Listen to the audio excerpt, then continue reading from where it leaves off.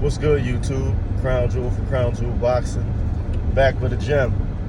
Well, the Devin Haney versus Ryan Garcia debacle has taken yet another turn, yet another development.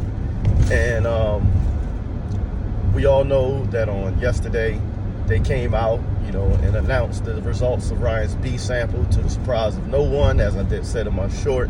It came back positive, and there's no reason to believe it wouldn't, as both samples were taken the exact same day at the exact same time, just placed in separate vials and tested at different times. The one thing that some may question, or detractors may question, is that prior to the fight, VADA said that it takes 4 days at least to get the results of the test. Well, that's ironic because the B sample was taken and the results were back within 24 hours. So if you can get results back within 24 hours, then you should maybe have to do that prior to the fight, so we'll know if a guy's clean or not going into the fight. That way we can stop it or prevent, cheating from happening. But if not, it starts to poke at the credibility of the test result that came out in the B sample, because, just like I said, 4 days is 4 days. If that's the time it takes to conduct the test, how do you cut that, down to 25% of the time it took the first time? Doesn't make much sense. But even beyond that, Ryan Garcia, who is playing games with us all, and I maintain that his behavior online is clown behavior. I don't subscribe to it. I know it works for him. It brings attention to him. It keeps him being a topic of discussion out here on these YouTube airwaves. But, as a purist in boxing, I just don't agree with it. But I will say he's playing us, because I said he acts as if he doesn't care. He absolutely cares. And regardless of his words, his action shows that he does. And one of those actions, a very smart, strategical action, shows you that he's playing chess here. While awaiting the B sample, he went and had his hair follicle tested. And not so coincidentally, the same day they dropped what he anticipated to be, and was correct in his anticipation, a positive result for his B sample, he dropped a test result recording a negative result in his hair follicle. Now, if you know anything about hair follicles, in drug testing, they seem to be a lot more extensive, go back a lot further, with catching people cheating or using drugs than urine does. It's a lot more intrusive, and in my opinion, I think a lot more effective.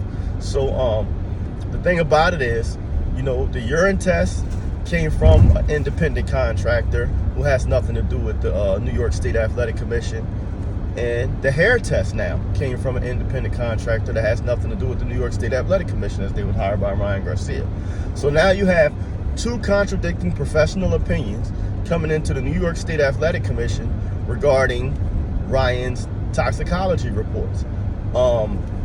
I think it's going to be a wash. I think this spells bad news for Devin Haney, who I thought was a long shot getting a disqualification win anyway, because it's hard to erase the fact that he took a beating in that fight. And I don't think, I just don't believe in, even though, there could have been foul play, or they're saying it was foul play, I don't think you give somebody a win that they didn't win. We saw it. You can't take back what we saw. I do think you can turn it to a no contest when somebody comes back dirty, and that's customarily what happens usually when that happens. But I think you're going to have a tough time even getting this to be a no contest, because Ryan has already countered with a negative test prior to them even confirming the positive test in the B sample.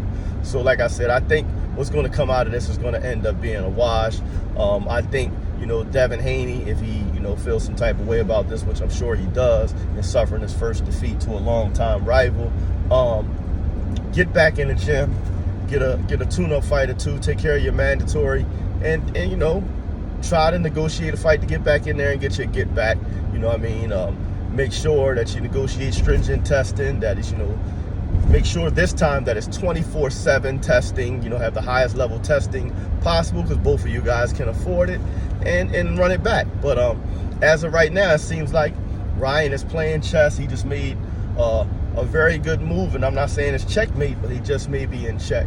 But it remains to be seen. We'll be looking for a decision from the New York State Athletic Commission in the coming days.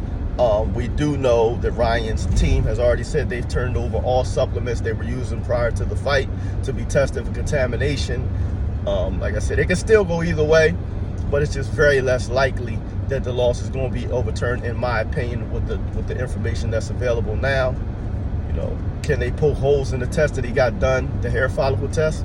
Maybe, but you know, like I said, Ryan can also poke holes in their test, as in how come one test was 4 days, at least 4 days, and the other test came back within 24 hours, and they're supposed to be the exact same test.